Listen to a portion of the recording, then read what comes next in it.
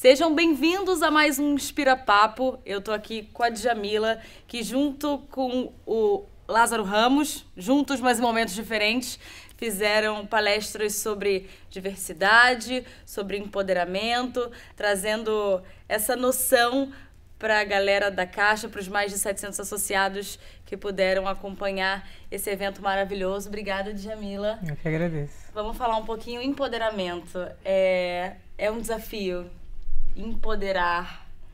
Como fazer isso?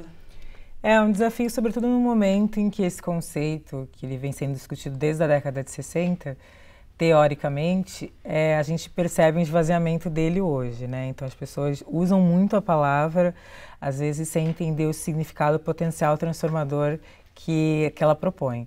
Então pensar em empoderamento, sobretudo, é como a gente cria estratégias e ações para transformar a realidade, sobretudo de grupos oprimidos, de como que a gente se une para tentar pensar uma rede de solidariedade política, para que a gente primeiro tenha consciência da nossa realidade, porque esse é o primeiro passo, porque muitas vezes a gente sequer entende o que se passa dentro do nosso contexto social.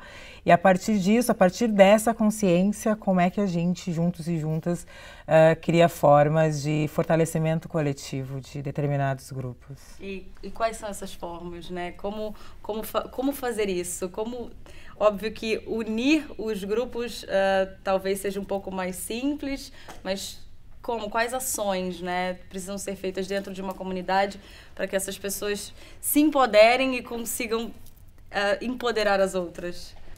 Isso pode ser feito das formas mais diversas, né? Porque sempre entendendo as nossas diferenças, que nós não necessariamente precisamos atuar nas mesmas áreas, mas exemplos, quando você pensa projetos em determinadas comunidades, em que as pessoas de fato têm oportunidades para conseguir realizar algumas coisas, quando você tem no Brasil vários cursinhos populares, por exemplo, em comunidades carentes para preparar esses jovens para a universidade, isso é uma forma de você também criar empoderamento, das pessoas entenderem a importância da educação que lhes foi negada durante muito tempo. Quando você tem projetos como em São Paulo, como as promotoras legais populares, que são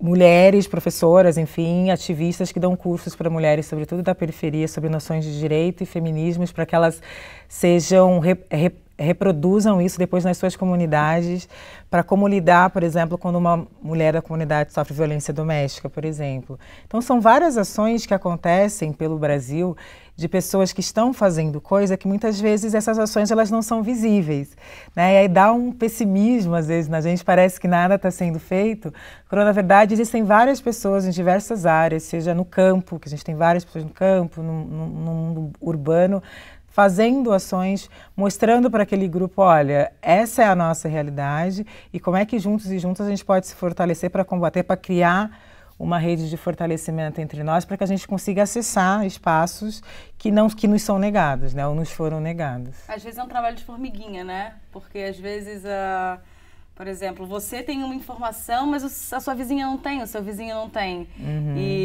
E vai isso, né? É o boca a boca e aquela coisa que vai crescendo. O movimento é bem esse, né? De crescimento é bem isso. É trabalho de formiguinha, de base, que é demorado. A gente também precisa entender que é um processo que leva tempo, que cada pessoa está num nível de conscientização, então é muito importante também a gente ter generosidade com as outras pessoas, porque nem sempre eu soube e entendi a minha realidade, né? Então eu tive sorte de estar em espaços onde existiram pessoas que me mostraram isso, ou me ofereceram bibliografia para que eu entendesse isso. Então é um processo que a gente vai se descobrindo, lento, doloroso, mas que é extremamente importante para que a gente consiga ter consciência, porque essa é a questão, né? A gente ter consciência e fazer uma reflexão crítica sobre a sociedade que a gente vive, para a gente não seguir perpetuando coisas que nos foram ensinadas sem que a gente sequer questione se aquilo é certo ou não, porque eu acho que isso é um dos grandes problemas nossos, né? A gente acaba sendo oferecido para nós, às vezes, um certo tipo de informação, de conhecimento, que faz com que a gente não questione determinadas ações, que a gente naturalize aquilo, reproduza aquilo, sem de fato se perguntar, será que isso é certo? Será que o fato das mulheres estarem reivindicando direitos, será que elas não estão certas naquilo que ela está falando? Porque muitas vezes você, não tem nada a ver com isso, ou isso é mimimi, não tem nada a ver com isso.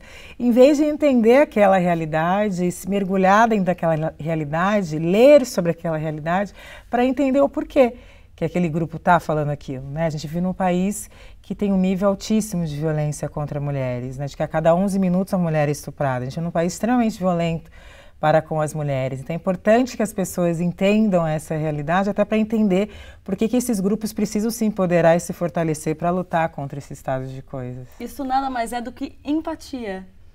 Empatia que falta muito, mas uma empatia entendida não no sentido como muitas vezes a gente acredita que é um sentimento, né? Ah, vou sentir empatia. Né? Eu não acredito nisso, eu acho que a empatia é um processo intelectual, inclusive, de você, por exemplo, ler sobre uma realidade. Eu, por exemplo, não entendia muito sobre a questão das pessoas trans. O que eu fui fazer? Eu fui ler sobre, eu fui ouvir o que aquelas pessoas estavam falando, eu participei de encontros onde essas pessoas organizavam para falar. E aí eu fui entender que o Brasil é o país onde mais se mata travestis e transexuais no mundo, é o primeiro do ranking. Aí eu fui entender o porquê que essas pessoas estavam reivindicando aquelas coisas.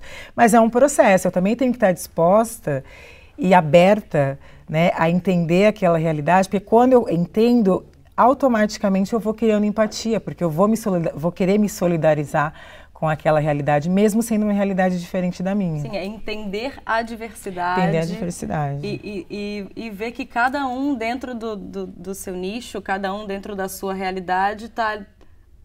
O final do túnel é sempre o mesmo, né? Tá todo mundo buscando ser feliz, tá todo mundo buscando, aqui no Brasil, muitas vezes sobreviver, né? O que ninguém deveria sobreviver, né? Deveria viver, tentar viver com alegria. E a gente teve papo aqui também sobre moradia digna, sobre o trabalho da Caixa Econômica também nesse mote, que é isso também, né? É uma parcela da população que não tem direito, às vezes, nem à moradia. E aí, qual é o papel fundamental do poder público também nessa diversidade, também na inclusão? O que você vê hoje que é o maior gargalo?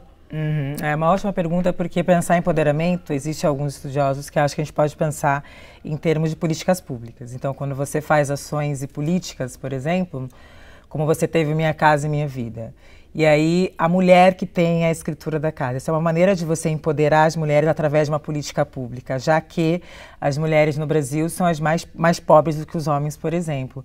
Então, as políticas públicas têm um papel primordial nesse sentido de fortalecimento, sobretudo de grupos que são extremamente vulneráveis. Quando a gente pensa uma política e a gente entende a importância de priorizar determinados grupos, é uma maneira daqueles grupos ganharem autonomia, poderem ter independência e depois poder fazer suas próprias escolhas. Então, acho que é primordial que as políticas públicas sejam criadas e pensadas no sentido de contemplar essas demandas desses grupos, né? Porque você vê muitas mulheres, por exemplo, não conseguem sair de uma relação violenta porque não tem para onde ir. Né? A gente teve algumas ações, por exemplo, de aluguel social, que é importante. Então, quando o poder público está atento a essas questões, ele consegue criar medidas para empoderar aquele grupo concretamente, porque começa a dar escolhas, de fato, para aquelas pessoas. Então, é primordial que os gestores públicos estejam atentos a essas demandas, entendam essas diversas realidades, porque geralmente a gente fala tem que governar para todos. Mas quem são esses todos? Né? A gente precisa entender que esses todos são muito diversos. São muitas pessoas. Né? Todos no país é um grupo tão nada, né? Para todos. Exatamente. Quem são? Né? E a gente é marcado, a gente é concreto, né? A gente é marcado por gênero, por raça. A gente tem que entender quem são essas pessoas e entender essas realidades para também ser gestor que vai conseguir pensar políticas públicas, sobretudo para grupos que geralmente sequer são pensados, né? E quando você recebeu o convite para vir falar sobre esse tema aqui, a gente tem mais de 700 colaboradores da Caixa Econômica Federal nesse evento da FENAI. O que te motivou a falar, não, vou aceitar, eu quero falar sobre esse assunto? Primeiro, o tema que me foi proposto, né, falar de empoderamento. E segundo, falar para funcionários da Caixa de toda a parte do Brasil, de norte a sul do Brasil, que, enfim, já estavam fazendo os cursos, né, digitais. Achei interessantíssimo isso de ter cursos à disposição das pessoas. O quanto que é importante as pessoas terem oportunidade de adquirir, né, mais conhecimento. Eu fiquei muito feliz porque eu sempre gosto de dialogar, né? Eu acho que como ativista é importante a gente furar a bolha. Muitas vezes a gente fala para um público que já sabe daquilo que a gente está falando. Então, eu acho que é importante a gente comunicar com um público diverso e ter a oportunidade de falar com funcionários da Caixa de vários lugares do Brasil. Acho que é uma maneira da gente conseguir multiplicar isso e conseguir criar mais pontes, né? Porque a gente, na verdade, tem muitos muros nos separando e a gente entender qual a importância e a possibilidade de a gente criar mais pontes de diálogos. Obrigada, Djamila, pela entrevista. Eu que agradeço. Espero que você tenha gostado também. Gostei bastante. E você que está em casa, fica ligado na TV FENAI porque tem mais conteúdo de qualidade para você. Tchau.